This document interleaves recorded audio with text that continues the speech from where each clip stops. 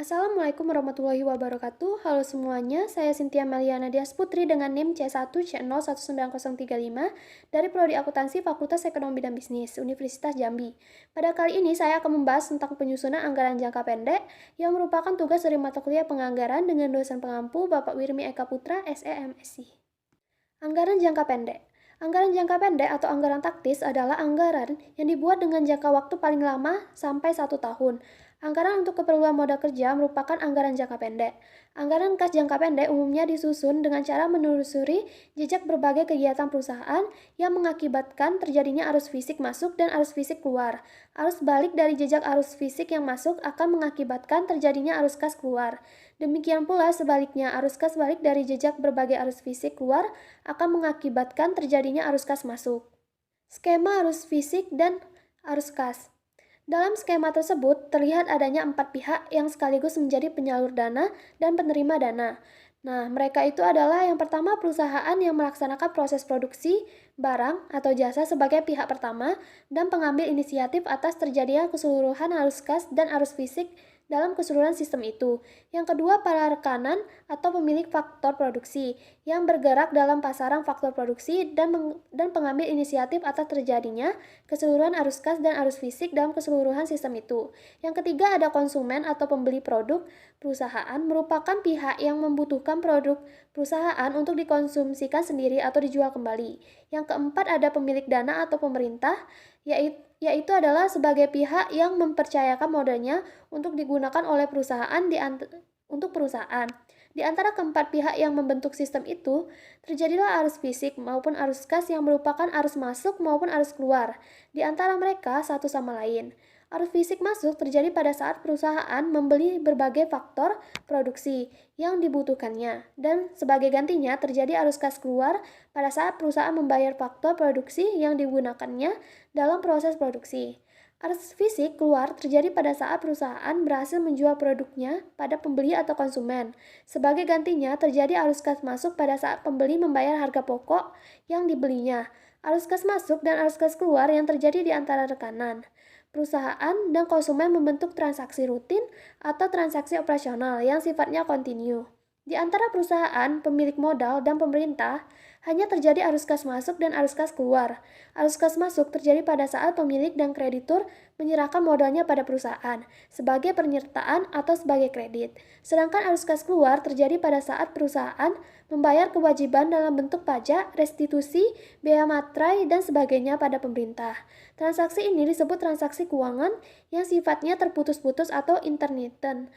Dengan memahami berbagai kegiatan yang terjadi di antara empat pihak inilah, perusahaan akan mampu memperkirakan baik jumlah maupun waktu terjadinya arus kas masuk dan arus kas keluar, baik yang bersifat operasional maupun yang berupa transaksi keuangan.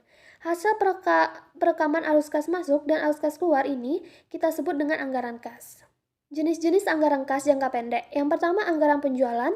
Anggaran penjualan atau sales budget merupakan anggaran yang memperlihatkan penjualan yang diharapkan untuk periode yang akan datang. Anggaran penjualan berasal dari estimasi permintaan dan kesanggupan untuk pemasok akan produk perusahaan pada harga tertentu. Estimasi pada gilirannya ditentukan berdasarkan perakiraan penjualan. Yang kedua, anggaran produksi adalah anggaran yang mengidentifikasi produk atau jasa yang harus dihasilkan atau disediakan untuk meraih penjualan yang dianggarkan dan kebutuhan persediaan.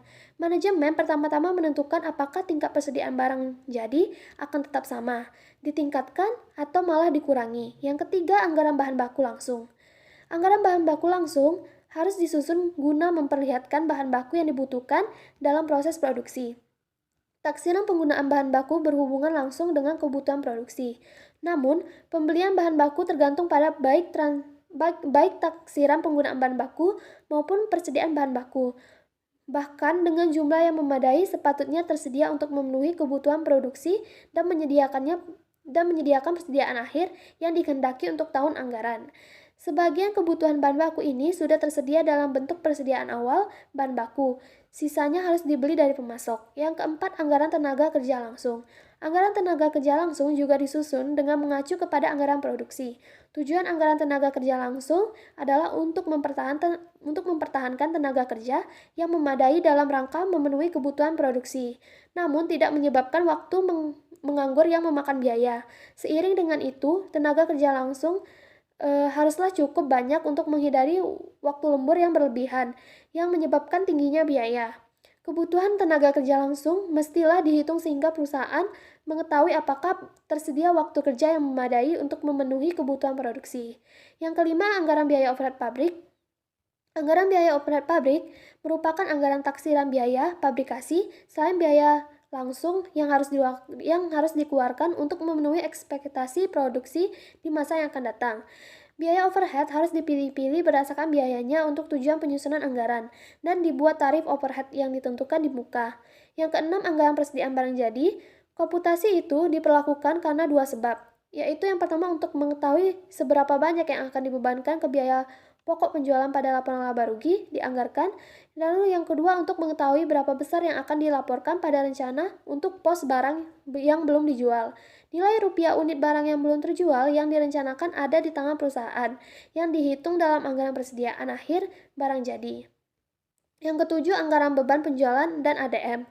Anggaran ini berisi daftar antisipasi prediksi beban dalam bidang selain pabrikasi yang akan dikeluarkan dalam periode anggaran.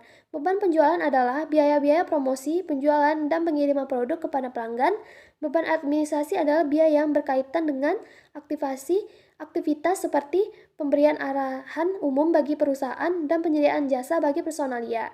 Yang kedelapan, anggaran kas. Anggaran kas adalah suatu rencana rinci yang memperlihatkan bagaimana sumber daya kas akan diperoleh dan dikonsumsi selama periode waktu tertentu.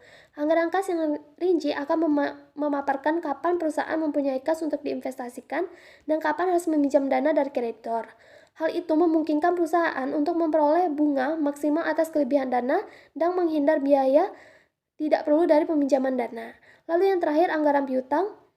Anggaran piutang adalah anggaran yang merencanakan secara terperinci tentang jumlah piutang perusahaan akibat penjualan secara kredit, disertai dengan perubahan-perubahan seperti pertambahan piutang, piutang tak tertagih, sisa piutang dari waktu ke waktu selama periode yang akan datang.